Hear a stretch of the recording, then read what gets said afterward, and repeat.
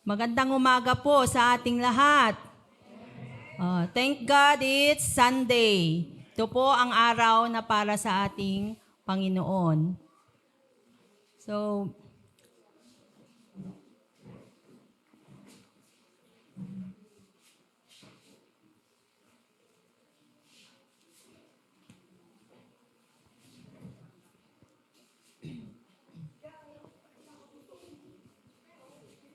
tayo mga rodon kakabsat, iti panagadal tayo, iti panagadal tayo, ket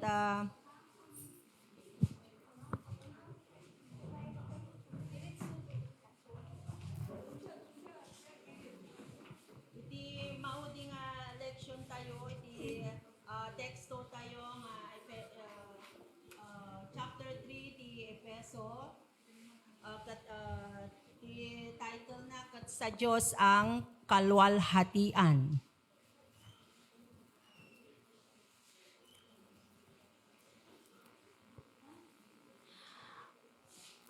Okay, so buklatin po natin ang ating Biblia sa Efeso chapter 3 verses 20 to 21.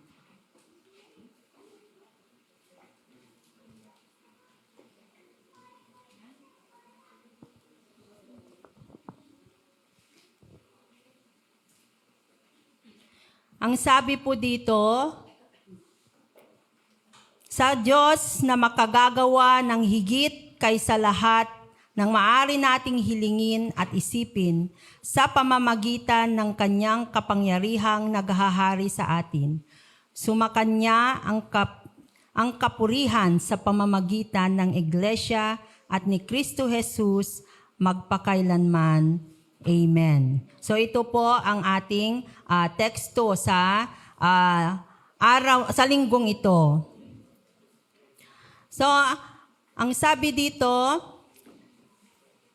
ang buhay na Diyos ay isang maluwalhating Diyos.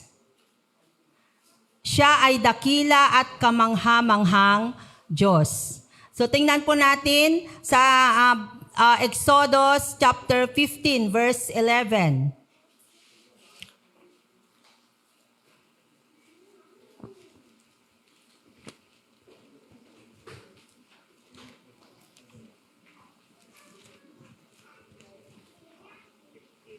Pakibasa po.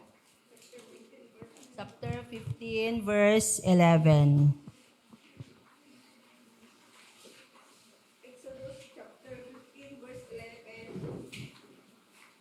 Yahweh, sinong mga Diyos ang iyong kamukha? Sinong kamukha mo na ang kabanalan ay kahanga-hanga? Sino ang tulad mo na kahanga-hanga at nakita ang gawa? Hanggang dun na lang. Okay. So, siya, ayon dito sa Exodus sa chapter 15 verse 11, siya ay dakila at kamangha-manghang Diyos. Siya ang Diyos na dapat awitan at parangalan.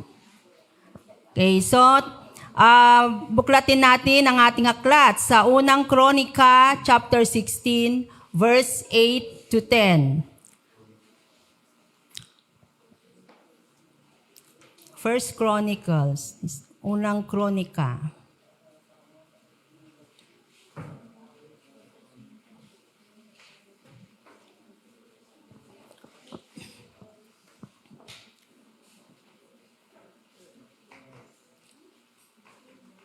Chapter 16, verses 8 to 10.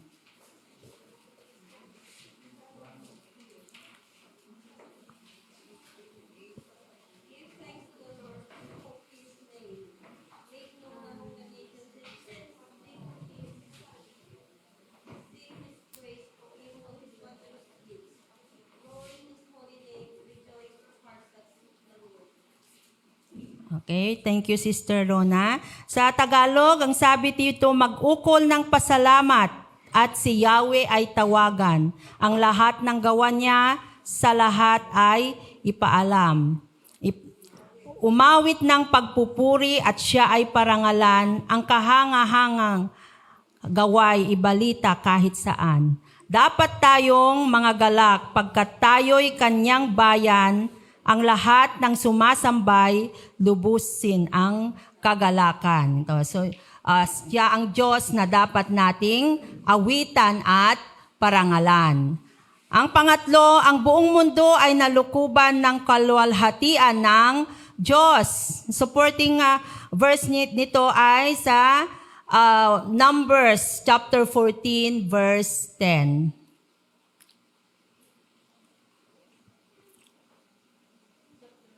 Chapter 14 verse 10. Numbers. Pakibasa po. No Ilocano, no English, no Tagalog, mabano. Si Bible style, Bible.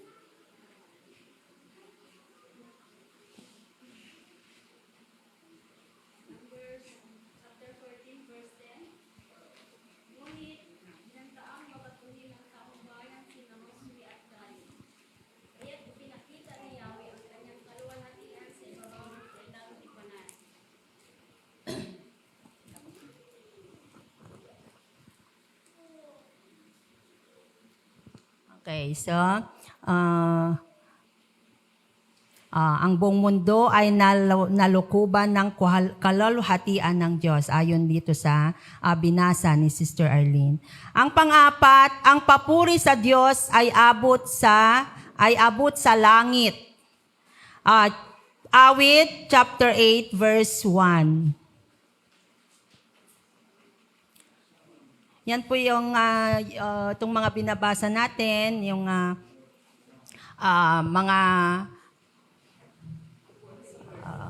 mga supporting verse para dito sa sinasabing ang buhay na Diyos ay isang maluwalhating Diyos. Awit chapter 8 verse 1 po.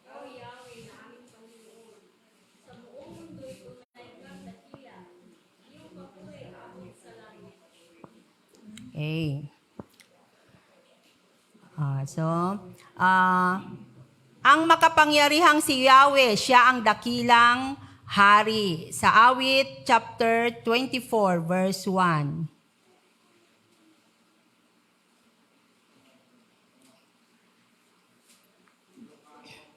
One, brother.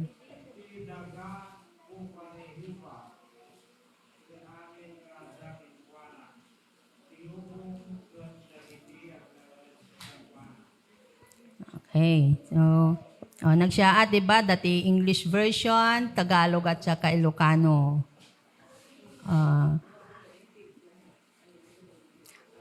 At ang pang-anim, ang kadakilaan ng Diyos ay sasambahin ng tao. Sa Awit, chapter 138, verse 5.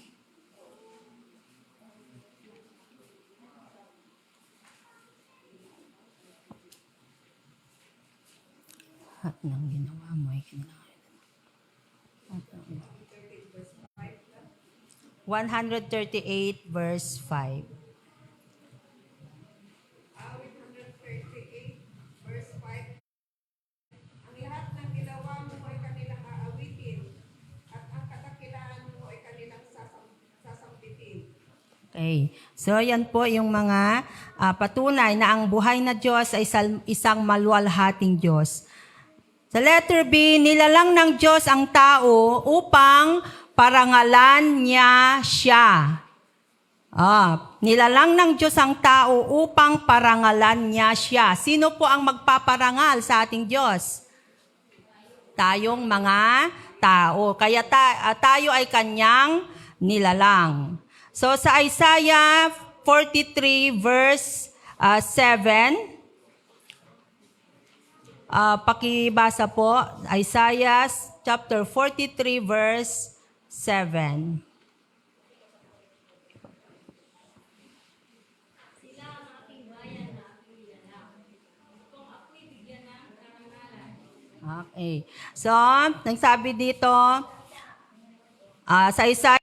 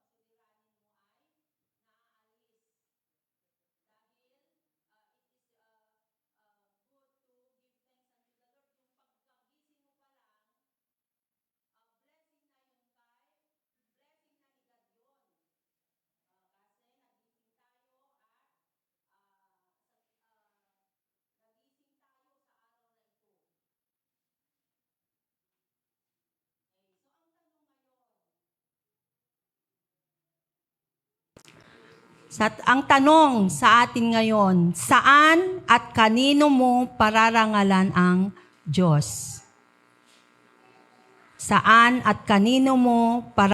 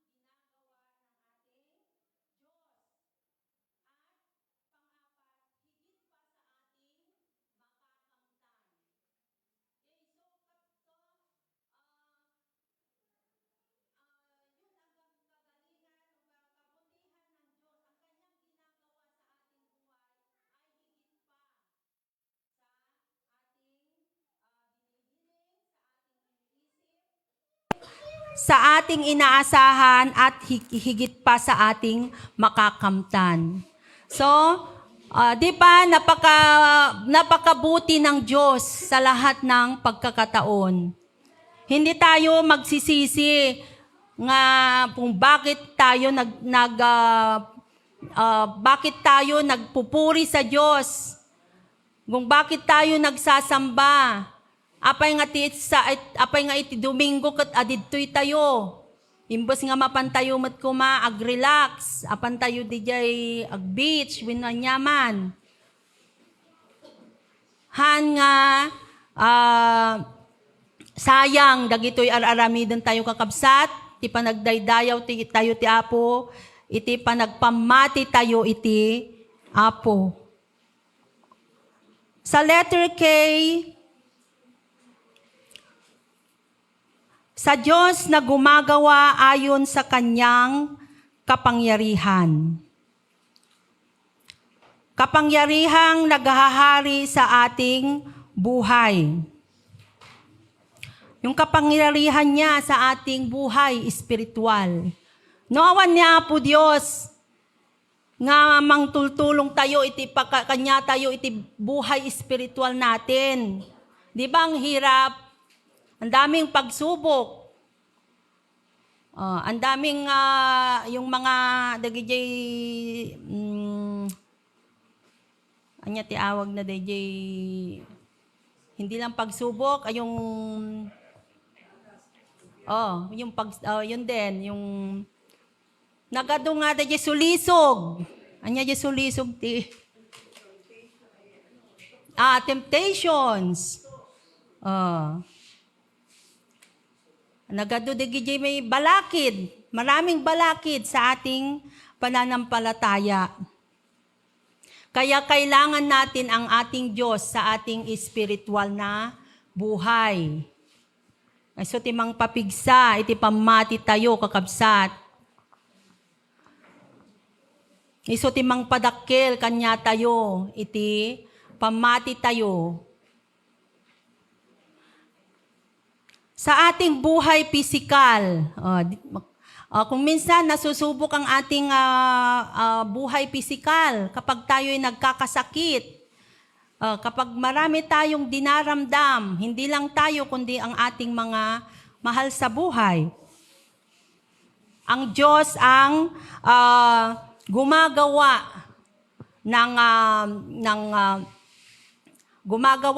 o nagpapagaling sa atin. Kapag tayo ay may sakit, kapag tayo ay mahina, may mga times na ganon, nararamdaman natin, kahit ang akala natin, inaalagaan na natin ang ating katawan, pero yung physical na katawan nga natin ay humihina, lalo na kapag tumatanda na rin, marami na rin nararamdaman. Pero magpasalamat tayo sa Diyos dahil siya ang naghihil ng ating mga sakit. Siya ang nagpapalakas sa atin. At letter K, sa ating buhay emosyonal. O, di ba? Emotional. Sa ating buhay emotional. Kapag kasi sa itong buhay emotional, ang nagkakaroon ng depression, dahil hindi nakakayanan ang mga pagsubok na dumarating. So dahil sa mga problema,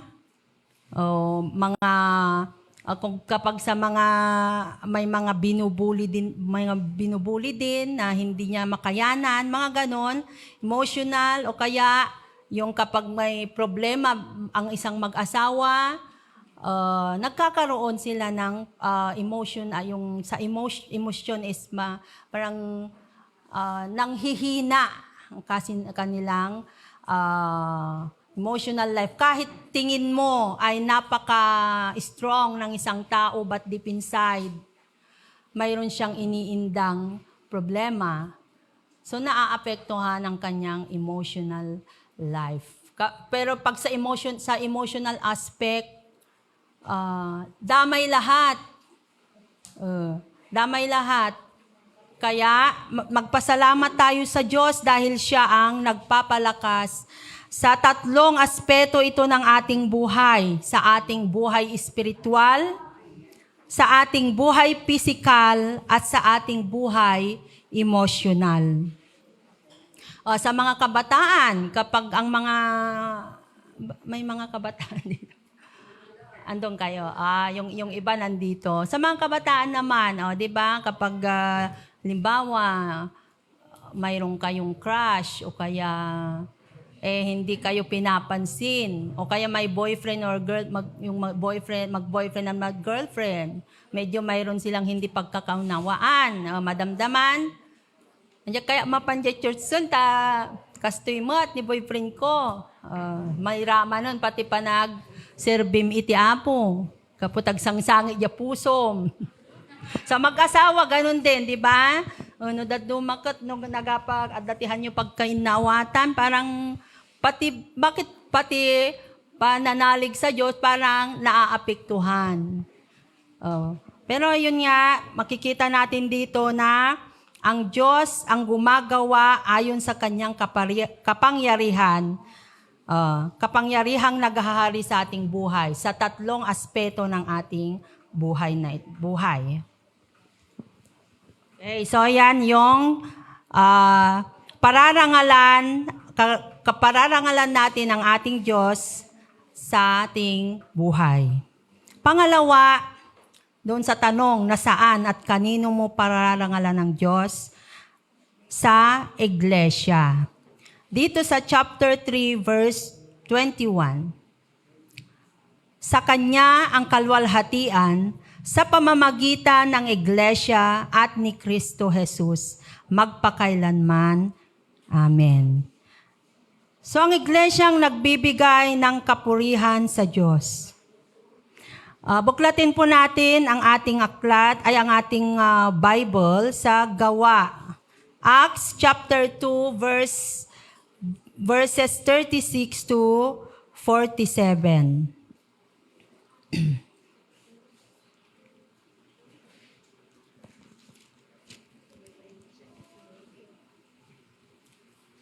Okay. Wag na nating basahin, sister, o isa-isahin na lang natin. Chapter 2, verses 36 to 47. Ang iglesyang nangangaral ng salita ng Diyos na may bunga.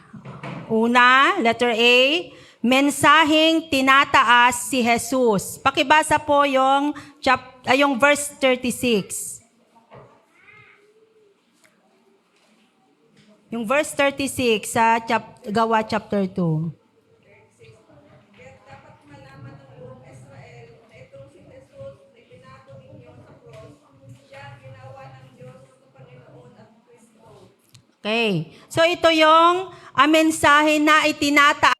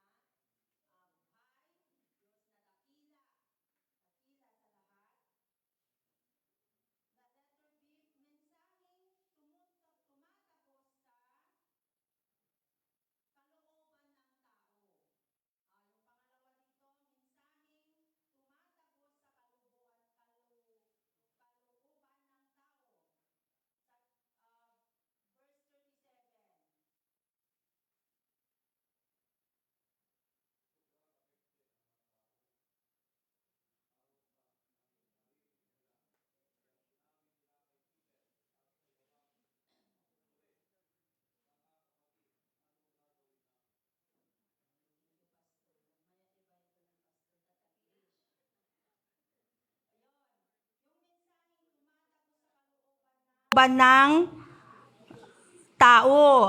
Yung sinabi dito na nababagabag ang kanilang kalooban ng marinig ito at tinanong nila si Pedro, anong gagawin namin? Dito, yung sinabi dito na si Jesus ay na ipinako sa cross ay siyang ginawa ng Diyos na Panginoon at Kristo. Sabi niya. So, nabagabag ang kanilang kalooban dito. Nabagabag. Nagdanagda, nakonsensyada. Naladingitan da. Di Ilocano. And then, mensaheng nagre-resulta ng pagsisisi ng tao sa kasalanan sa verse 38.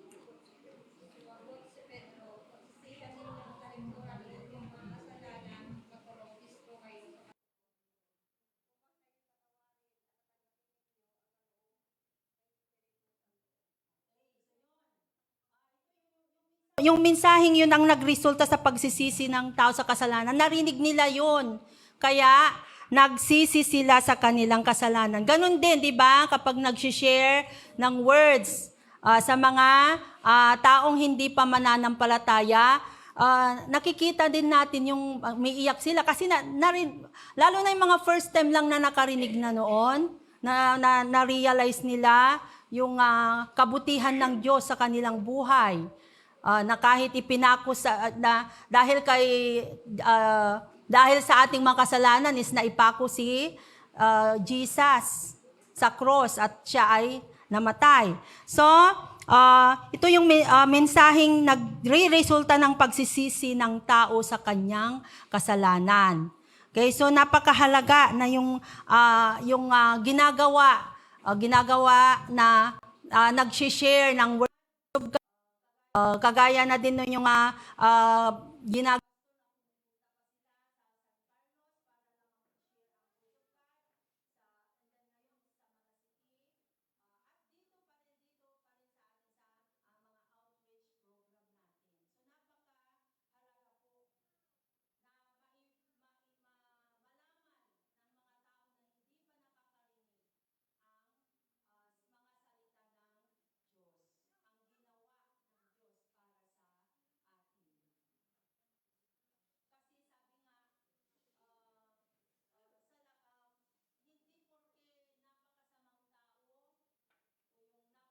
napakataas na tao ay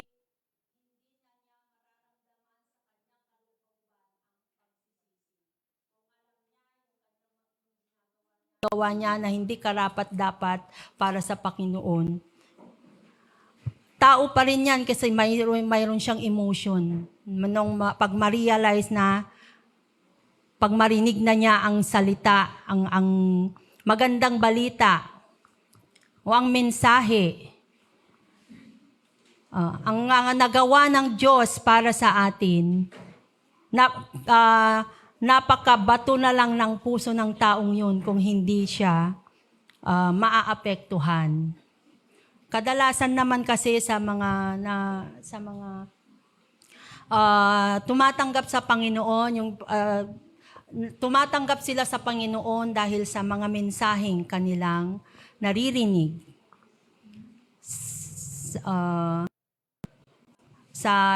Sa personal man, o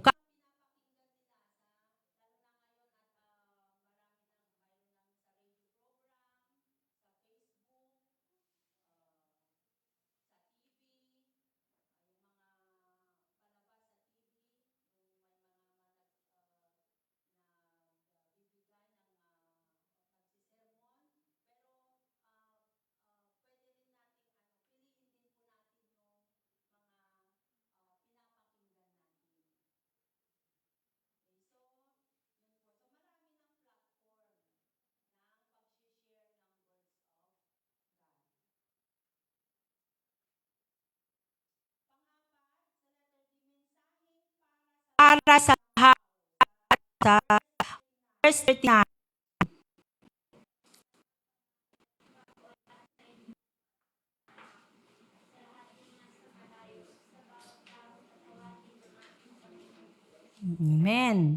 So ang mensahe ay para sa lahat ng tao.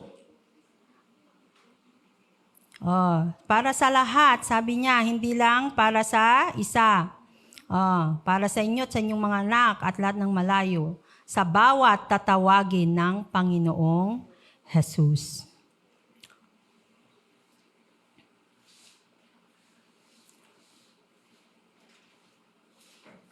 And letter E, mensahe.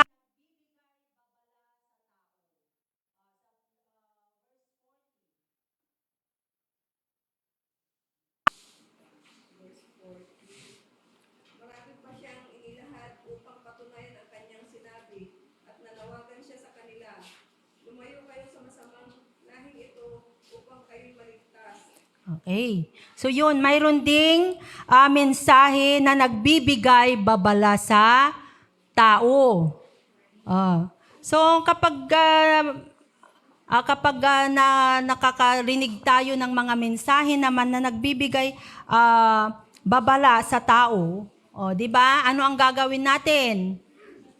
Halimbawa, pag dito sa ano natin, may nagbabala sa iyo na huwag ka nang kasi may sunog, huwag kayong lalapit sa sunog. Anong gagawin mo? Gagawin nyo? Huwag kayong lalapit sa nasusunog na building. Anong gagawin natin kapag may babalang ganon? Lalapitan ba natin? Papasok ba? Siyempre, iiwas. Hindi ka lalapit. So, ganun din dito sa mensaheng nagbibigay ng babala sa tao. Kagaya nga dito sa ating nabasa, nawagan siya na lumayo kayo sa masamang lahing ito upang kayo ay maligtas. Okay. So, pag nakita, narinig na natin na ang babala ng Diyos, dapat na tayong umalis o lumayo. Sa ating spiritual na buhay, kapag tayo ay nakakaramdam ng babala ng Diyos, dapat na natin itong iwasan. Kung tayo nga papilit, amang tayo nga makipag-rin na sunan.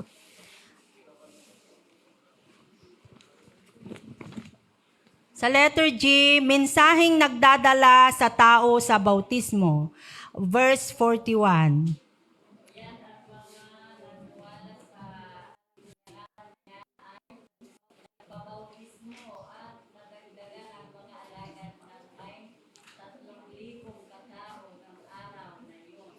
So sa mensaheng nagdadala sa tao sa bautismo, sinabi dito sa chapter 41a, kaya't ang mga naniniwala sa kanyang sinabi ay nagpabautismo. Nagpabautisar. Sino po dito ang nagpabautismo na? Nagbautisaran? Amen. At ang susunod, dagidyampay akat ito sumarunong nga panagbautisan. Matigtignay kayo ngagpabautisan.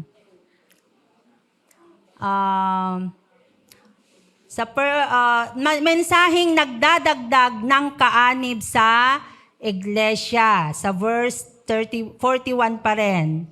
So after ng bautismo, anong sabi dito?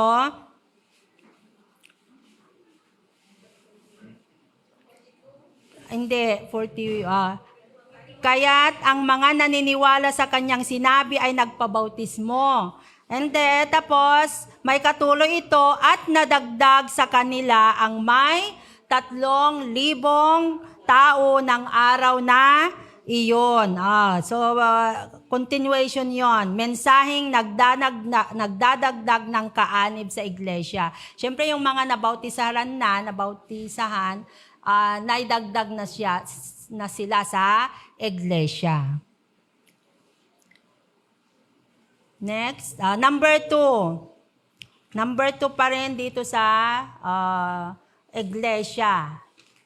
Yung saan at kanino mo pararangalan ang Diyos. sa iglesia. Number 2, iglesyang lumalago at umuunlad sa gawain.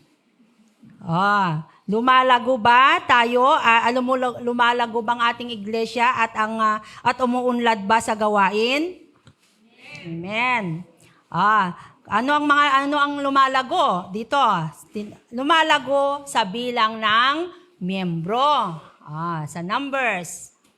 Kung dati konti lang, mga 50, ngayon dumami na. Pangalawa ay lumalago sa bilang ng grupong nag-aaral ng salita. Salita ng Diyos. Lumalago sa bilang ng miyembro. And then pangalawa, lumalago sa bilang ng nag-aaral, ng grupong nag-aaral ng salita. So, lumalago ang iglesia. Pangatlo, madalas ang pagtitipon bilang magkakapatid.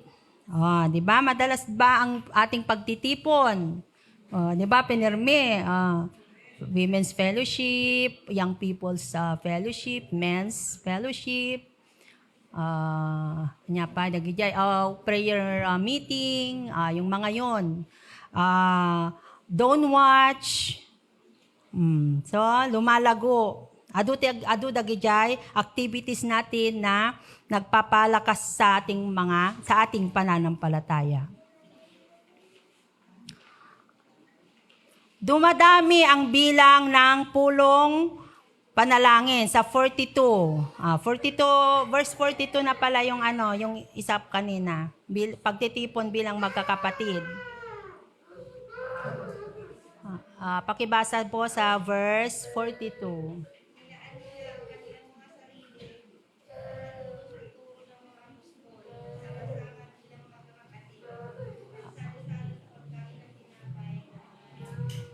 Ito po yung supporting verse ng yung binanggit kanina na madalas ang pagtitipon bilang magkakapatid at dumadami ang bilang ng pulong panalangin. Yung mga prayer meeting, don't watch, mga ganon.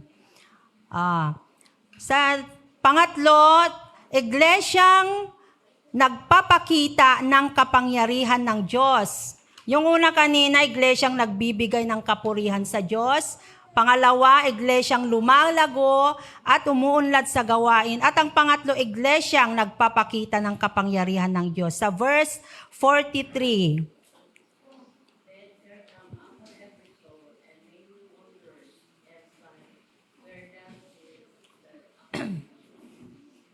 Okay. So yun po sa English. Thank you, Ate Melda. Sa Tagalog, sabi dito, dahil sa maraming himalang nagawa sa pamamagitan ng mga apostol, naghari sa lahat ang magkahalong pitagan at takot. Iglesyang nagpapakita ng kapangyarihan ng Diyos. Ano ang mga pinapakita? Yung mga himala ng Diyos. Ano ba si God? Hanggang ngayon ba mayroon pa ring himala ang Diyos? O noon lang, Amen. Di ba? God is still a miraculous God. God is still do miracle. Marami pa rin siyang ginagawang miracles. Ngayon, hadlang nga idi nga, ada araramidan niya po Diyos nga mirakulo, kabsat. So nga hantayong mabannog nga agkararagkin kwa na. Kung sa tingin mo, kung halimbawa pag nagkasakit, may sakit sa pamilya mo at sinabi na ng doktor na hindi na, wala nang pag-asa, wala na siyang pag-asang mabuhay. Magdasal ka sa Diyos. Just pray to God. Kasi tao yung nagsabi eh. Si God, walang limit sa Kanya. Sa tao, may limitasyon. Pero ang ating Diyos ay gumagawa pa rin hanggang ngayon ng miracles. Mga himala ng Diyos. Isa sa pagpapakita ng kapangyarihan niya. Pangalawa, mga kababalaghan ng Diyos. Pangatlo, mga tanda at pagpapagaling ng Diyos. Dito sa verse 44 to 45. Pakibasa po yung supporting verse. Ay, hindi. Mamaya na ate. Yung tanda ng pagpapagaling ng Diyos. Sino sa inyo dito ang pinagaling ng Diyos? Amen. Kapag nagkakasakit tayo, di ba? Ipag-pray mo lang in Jesus' name. I claim healing, oh God. Ito no makaring kati kung awam mo di sakit ti ulo, sakit ti bagbagi, and thank God for that. Nga dati Diyos tayo nga our great physician. Nga kaya na tayo kailangan nga nagpa-resita, agpa-doktor. Sa pang-apat po, number 4. Number 4. Ay iglesyang nagtutulungan ang mga kapatiran. Verses 44 to 45. Pakibasa po. Nagsama-sama ang lahat ng sumasampalataya para sa lahat ng kanilang ari-arian. 45, pinagpipili nila ito at ang pinagbilahan ay ipinamamahagi sa lahat ayon sa pangangailangan ng bawat isa. So yun po, yung iglesyang nagtutulungan ang mga kapatiran. So yung mga dito sa iglesia natin, di ba nangyayari din ito? Nagtutulungan kapag mayroong mga nangangailangan ng tulong na nakikita natin na kailangan ng tulong. So, ito yung kailangan ding makita sa isang iglesia. Panglima, iglesyang may malinis na kalooban. Sa verse 46. Araw-araw nag-meeting sila sa tempo. Sama-sama silang kumakain at tinapay sa mga bahay nila. Kumakain sila ng masaya at maluwag sa kalooban nila. Okay. So,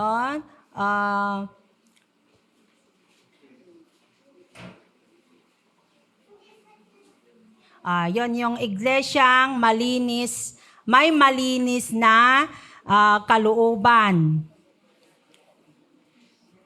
Araw-araw silang magkakatipon sa templo, fellowship, nagpipiraso ng tinapay sa kanilang tanan at nagsasalo-salong masaya ang kalooban. Yung hangad ay agiin na pa, kikinusila, pagkos sila ay makikita mo sa kanila ang pagmamahalan sa isa't isa. Mayroon pa dagdag pala dito, hindi ko nabasa dito sa iglesyang nagtutulungan. Tinutulungan din ang mga mahirap at naghihikahos. So nagagawa din natin ito sa ating church. Pang-anim, iglesyang nagpupuri at sumasamba sa Diyos. Sa verse 47, ano sabi po dito?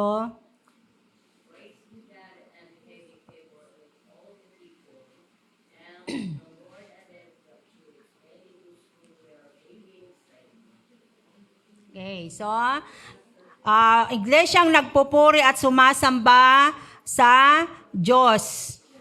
Kinalulugdan sila ng Diyos. Nagragsak iti apo no makikita na.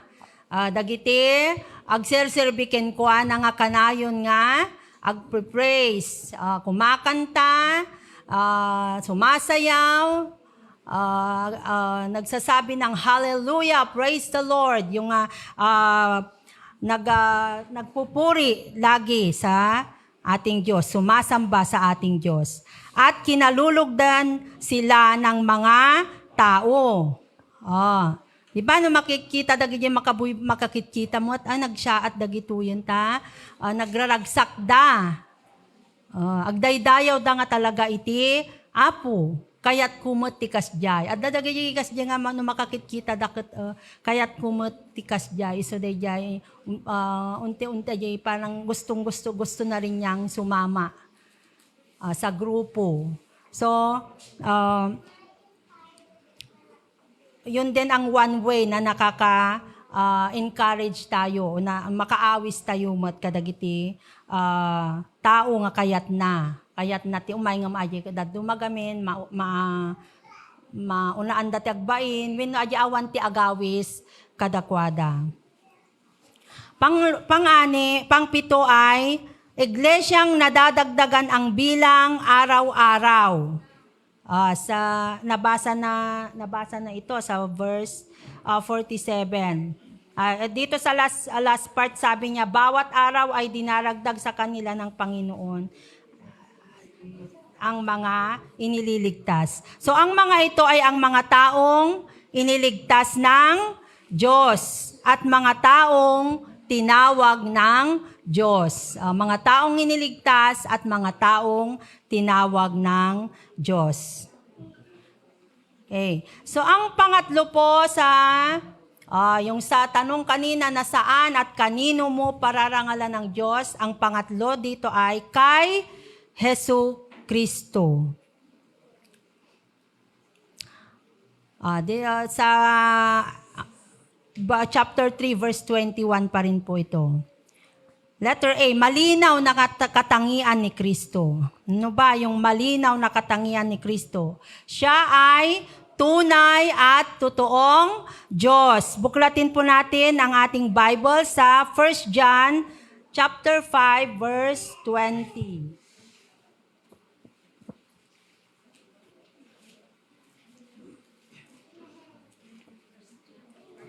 1 John chapter 5 verse 20.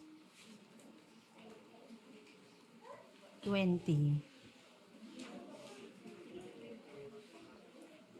At nalalaman natin na parito na ang anak ng Diyos. Binigyan niya tayo ng pag-unawa upang makilala natin ang tunay na Diyos. At tayo nasa tunay na Diyos sa kanyang anak na si Jesucristo. Siya ang tunay na Diyos at buhay na walang hanggan. Okay, so ang ating Diyos ang tunay na Diyos. Ang kanyang anak na si Jesucristo ay tunay na Diyos. Kaya nga mayroon tayong kinanta ng mga ng fellowship. Ikaw ang tunay na Diyos. Ano yan? Ikaw ang tunay na Diyos. Ano na yung tuloy niya? Hari ng mga hari. So, yun, yung pinoproclaim natin na siya ang tunay na Diyos. Oo, so napakagandang kanta yung nilid nila noong district fellowship. Sa Tito,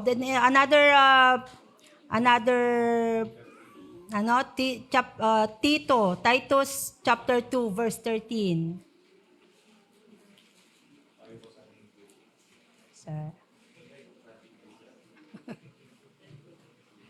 Sino po nakahanap? Second pastor.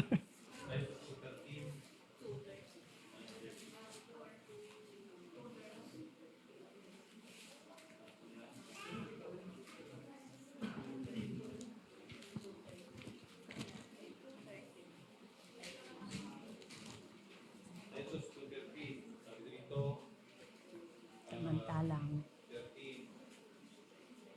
Habang hinihintay natin ang pinaka-inaasahan nating araw, ang may papakita ang kalwalhatian at dakila nating Diyos at Savior na si Jesus Christ.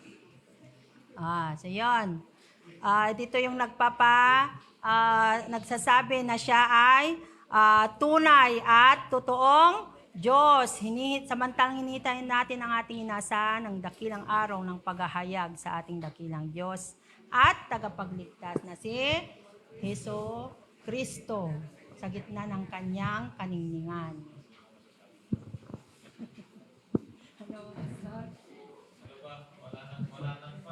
Wala talaga. Dito pa lang sa dalawang Opo, sa verse na ito. Nakita natin na Diyos Cristo kahit sa drama niya, kahit sa may kuniputin, lalo yung verse 5:3. Yes po. So, siya ay tunay at totoong Diyos. Pangalawa, siya ay totoong tao. Sa Gawa chapter 2 verse 22.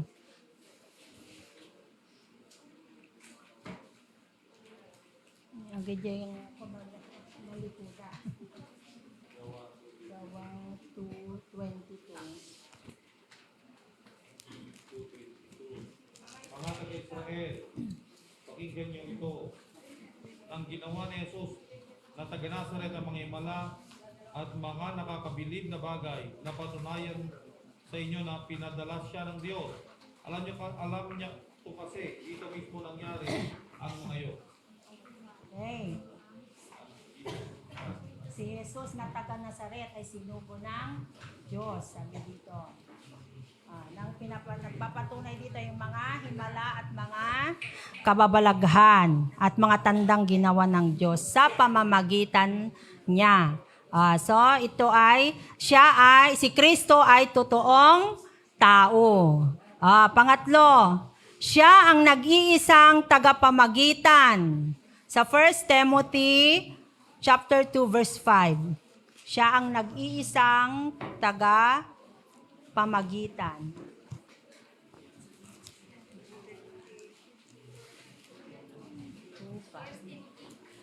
Chapter 2 verse 5.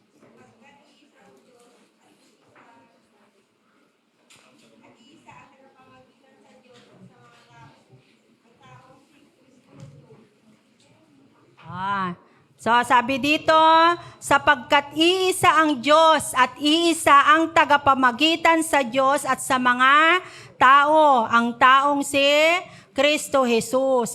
Sunalaeng, awanan ti sabali. Siya ang tagapagligtas ng tao. Sa Gawa chapter 4 verses 11 to 12. Siya ang tagapagligtas ng mga tao. Gawa chapter 4 verse 11.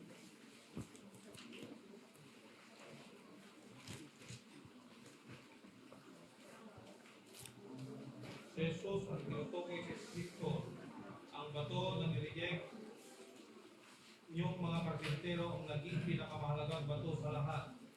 Si Jesus lang ang may kapangyarihang magligtas. Wala nang ibang pangalan sa mundo ito na binigay ng Diyos ang pwedeng magliligtas sa atin. Okay, so yan po yung proof na si Jesus ang tagapagligtas ng tao. At ang panglima, siya ang hari ng mga hari at Panginoon ng mga Panginoon. Buklatin po natin sa Pahayag chapter 19 verses 11 to 16 sa Revelation po.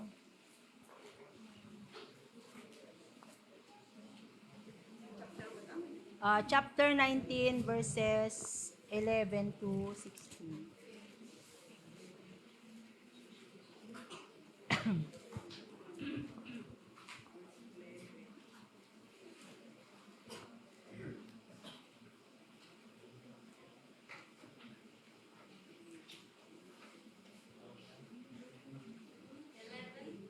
(11 to 16). Pagkaraan nito'y nabuksan ang langit at nakitabuwag sa kabayong puti.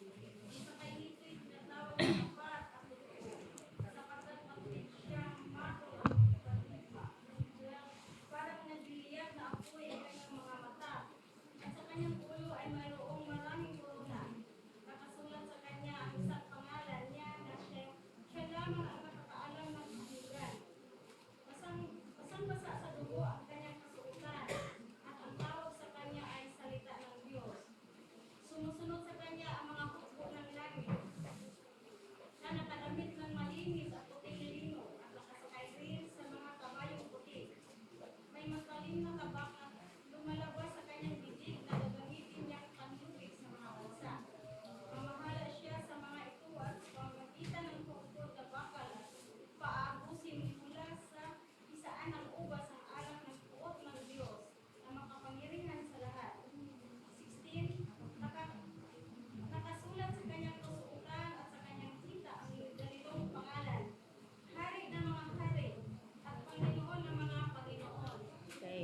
yung proof na siya, yung verse, supporting verse na siya ang hari ng mga hari at Panginoon ng mga Panginoon.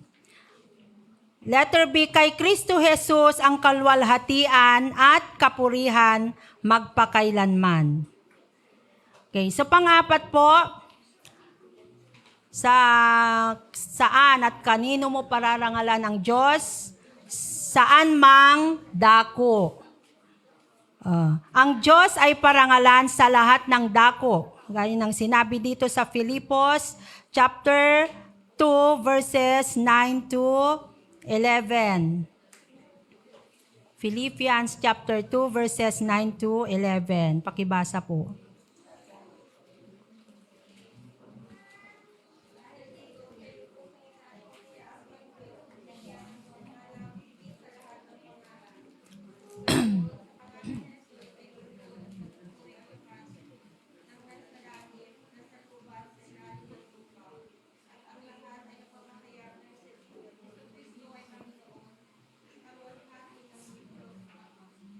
Okay. So, ang Diyos ay parangalan sa lahat ng dako, sa langit, sa lupa, at sa baba ng mundo. Yung sinabi niya na ilalim ng lupa.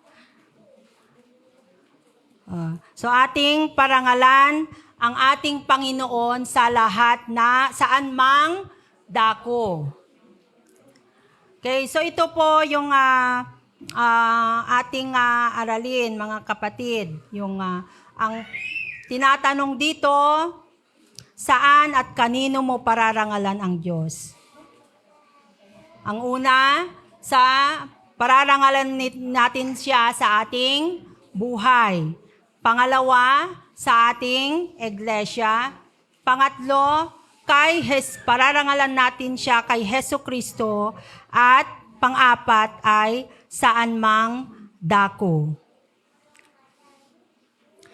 Okay, sa ating personal na buhay, ating parangalan ang Diyos. Ating parangalan ang Diyos sa iyong pag-ibig. Sa iyong labi, parangalan mo ang Diyos sa iyong labi. Sa iyong gawain. Sa iyong pag-aaral. At sa iyong pagtulong sa iba at iba pa. So sa mga nabanggit, mga kapatid, sana ay makita o may parangalan natin ang Diyos sa lahat ng ating ginagawa.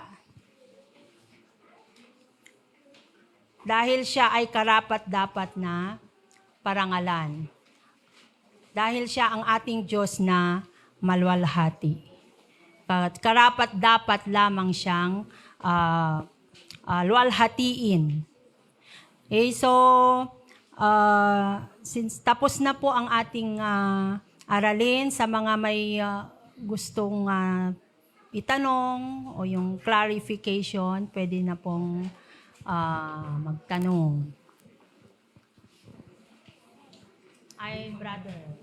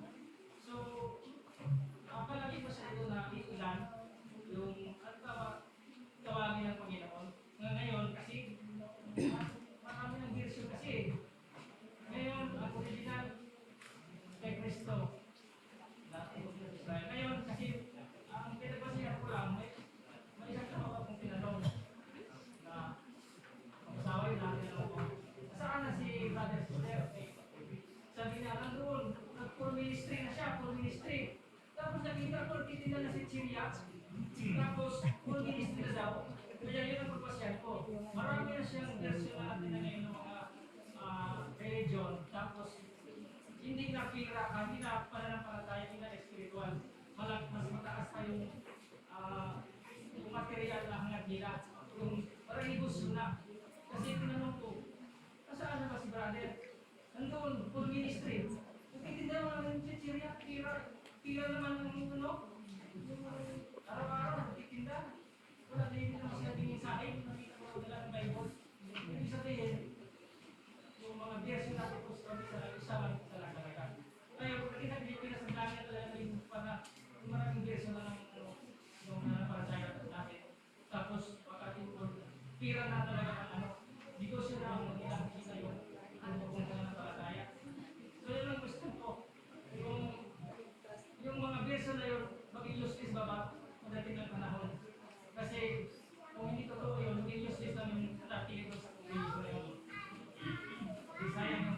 Sayang yung pinagtutunan ng ilang taon doon sa tumanda.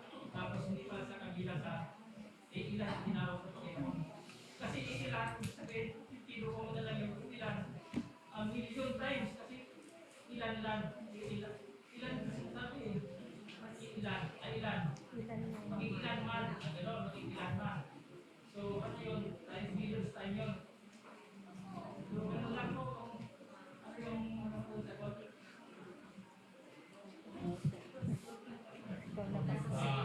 Una, doon muna tayo sa 39. Kausapin natin.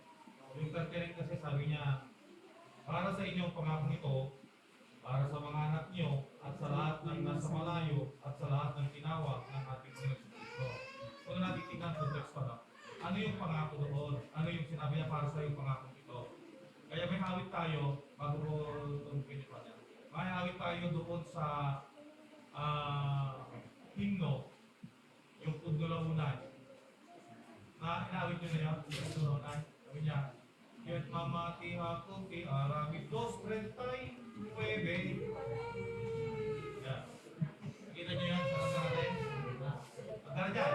Yet mamati ako ni 2:39. So, 270. Yan. Gloria iti Diyos may sa akon anamati. Apay kilo sa mga 2:39. Yung pangako kasi, ano ba yung pangako tinatalakay dito? Yung tinatalakay dito ni Apostol Pedro, ini-explain niya, kaya sa tumayo, ini-explain niya yung nangyari mula pa sa chapter 2, verse 1 hanggang doon. Ini-explain niya, bakit sila nagsasalita ng ibang salita. So ito yung pangako, sabi niya, ito yung pinangako kay Joel, nangyari na ito ngayon. Binanabautismo na sila ng Banal Espiritu. So yung pangako yun. At itong pangako ito, sabi ni Pedro, hindi lang para sa inyo. Sino kausap niya? Yung mga nandoon sa Jerusalem. Yung mga tao sa Jerusalem na nagtataka, bakit? Yung mga taga-Birya, bakit sinasalita nila yung salita namin? Hindi naman nila alam yun. Yun. Marami nang masasagot doon ha. Para sa inyong mahilig umatay ng mga entrepreneurship. Kasi maraming mga churches, undugin natin, maraming mga churches na hahawakan pa lang yung mic. Anong gagawin? Speaking tongues. Tapos iisa yung speaking tongues nila. Puro na masyanda. Pero dito, sa Acts, ibig sabihin, lingwahe din. Na hindi mo alam. Halimbawa, ako, hindi ako marunong mag-Bisaya. Bigla kong sasabihin, hindi mo ang himaya o kadugkanan. Hindi siya marunong bakit alam niya na yun. Di ba? Okay. Hindi mo alam eh. Hindi mo alam yun. Hindi ko alam. Pero nasalita ko habang ako ay nagpupuri sa Panginoon. Yun ang speaking tongues. Binigay ng Holy Spirit. Amen. Hindi yung pinapractice. Ito yung pangako sinasabi dito. Yung Acts, yung Joel chapter 2 verse 28, nangyari sa Acts chapter 2, at sabi niya, itong pangako ito ay hindi lamang para sa inyo, yung mga 3,000 doon, yung mga nakikinig doon, kundi para sa mga anak ninyo. Di ba sabi niya yun? Ito ay para sa mga anak niyo at sa lahat ng nasa malayo. Sino yung mga nasa malayo ito? Ito yung mga makakakilala sa Panginoon. Wow. Brother Yung mga nasa malayo dito, ito yung mga tatanggap sa Panginoong Jesucristo bilang Panginoon at pagligtas ng kanilang mga buhay. Pag sinabi natin tatanggap, yung totoong magsisisi sa kanilang mga kasalanan at mababautismuhan sa pangalan ng ating Panginoong Jesucristo in the authority of the name of Jesus. Sabi niya, ay, ganun ba? Hindi, dapat pag nabautismuhan tayo sa pangalan ni Jesus. Hindi po. That is the authority that we have Christ. We are baptized in the name of Jesus because He is the one who saved us. Amen. So, yun po yun. Pastor, paano yung mga religion? Hindi natin kasi tatalakayin ng religion dyan Ang tatalakayin natin, yung relasyon. Kaya kahit dito ngayon, kahit na matagal ka nang sumasampalataya, kung hindi ka talaga totoong tumanggap sa Panginoon, ang issue kasi dito ay totoo bang tumanggap sa Panginoon? O nagpunta lang dito dahil ng kasanayan o dahil sa religion. Kaya na madali siya, kaya nga po pag tutong sumasampalataya sa Panginoon, dapat lalo pang manatili sa presensya ng Diyos. Bakit po? At lalo pang mag-aral ng salita ng Diyos, pagkilala niyang lubusan, kasi ang Diablo ay hihikayatin niya yan. Magpupan niya ng trabaho niya Kasi po na yung mamaya. Trabaho niya yan, manghikayat ng mali. Okay? Kaya ngayon, marami mga reliyon, sabihin natin yun, sekta at denominasyon, ginagamit nila ang mga ito para lamang pagkapirahan. Okay? Tingnan ninyo yung nangyari. Yung tinutukoy, siguro, hindi naman lingid sa'yo, tinutukoy yung mga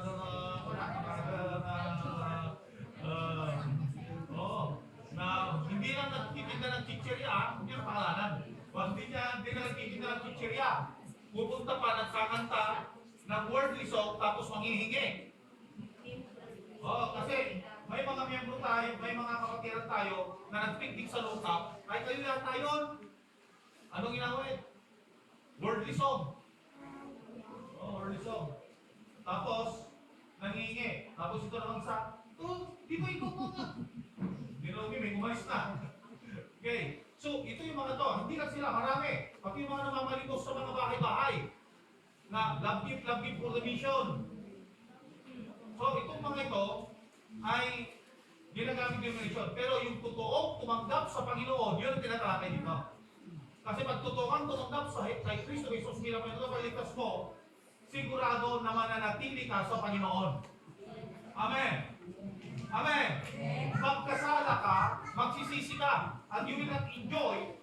Pag nagkasala sa mga tao na kay Kristo, mararamdaman niya yun Magsisisi siya, hindi siya ng tawad. Kasi hindi siya masaya pag namumuhay siya sa kasalanan.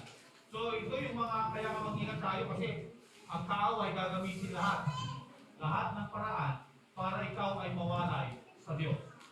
Pero, kung totoong tumanggap ka, bilang ko hindi totoong tumanggap ka, not only traditional, because there is a possibility, lalo na sa church natin, bibigyan ko ako ng warning, sa church natin, kasi matanda na ito. Posible na yung anak natin, pumupunta sa church. Pumupunta sa church dahil nakasanayan niya na lamang, dahil ikaw na tatay niya at nanay niya mananampalataya ay sumasama na rin siya. Kaya kahit nagdumagalo yung anak mo, importante pa rin na upuan mo siya at patanggapin kay Jesus. Kahit ako yung mga anak ko, inupuan ko rin sila, pinatanggap ko sila sa Panginoon. Bakit po? Hindi po anak sila ng pastor, ayun ang garantiya na pupunta na sila sa langit.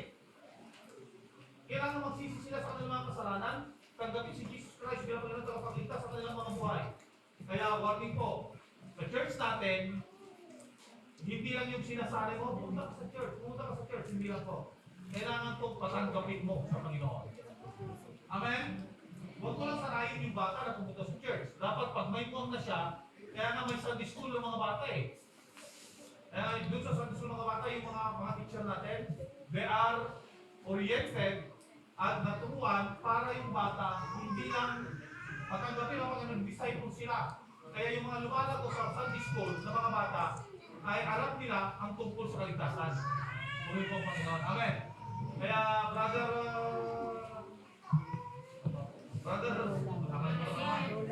kasi hindi. Brother Roland. Sobra-sobra.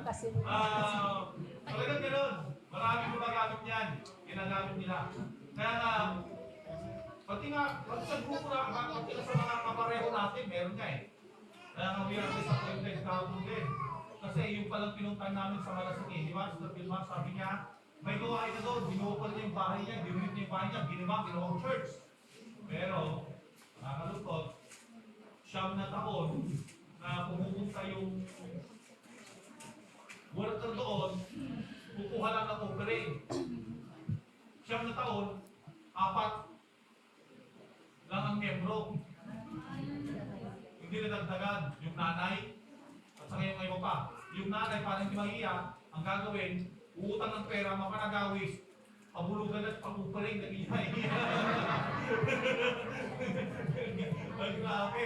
Oo, kaya pinito yung sabi niya eh. Kaya sabi ko, ito yung point na maraming gumagamit na ganyan. Ginagawa niya. Kaya nga, sa Bible school natin, we are oriented. Yung mga pasong na, kami mga presbyter, pag tinanong namin yung may nag-graduate sa Bible school, gusto mong mag-destino sa Pangasinan, pag nagtanong na yun, sabihin niya, magkano allowance ko sa church na yun? Hindi ko na-entertain. Paano siya pumunta sa ibang distrito? Kasi ibig sabihin, baka pagkulang yung support niya, aalis din. Yun yung point na sinawa natin. Mga kapatid, yung mga totoong tinawag mula sa malayo, yung mga totoong tumanggap kay Jesus Christ, ay hindi po ganon ang kahihinatan. Amen? Kayo ano, kaya iwot ka naglamot ni Biskutso. Oo.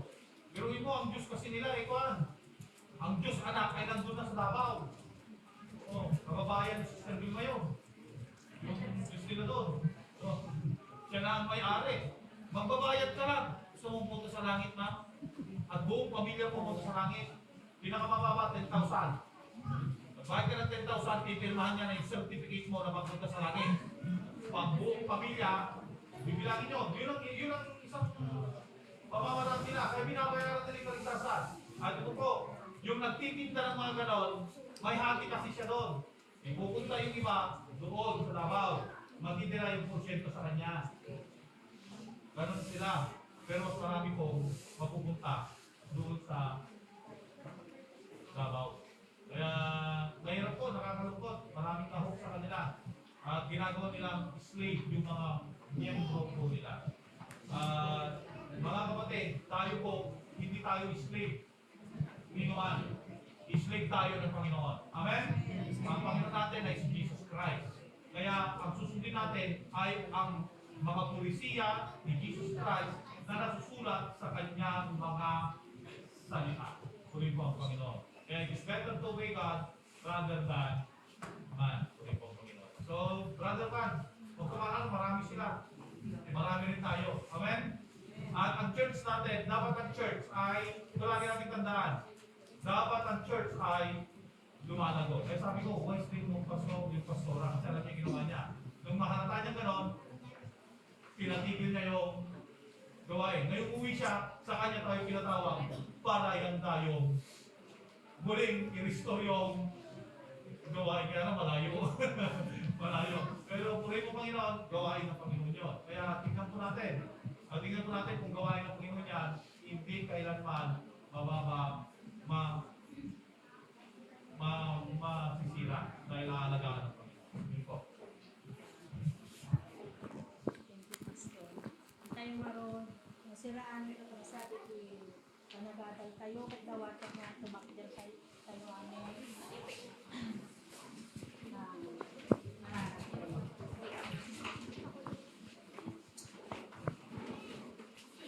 Naindaklan kan man nakabalin nga Dios si tantan ukta ka apo, si kalaeng ti karapat dapat apo nga may tan-o o Lord God, napakadakila mo sa amin o Lord God.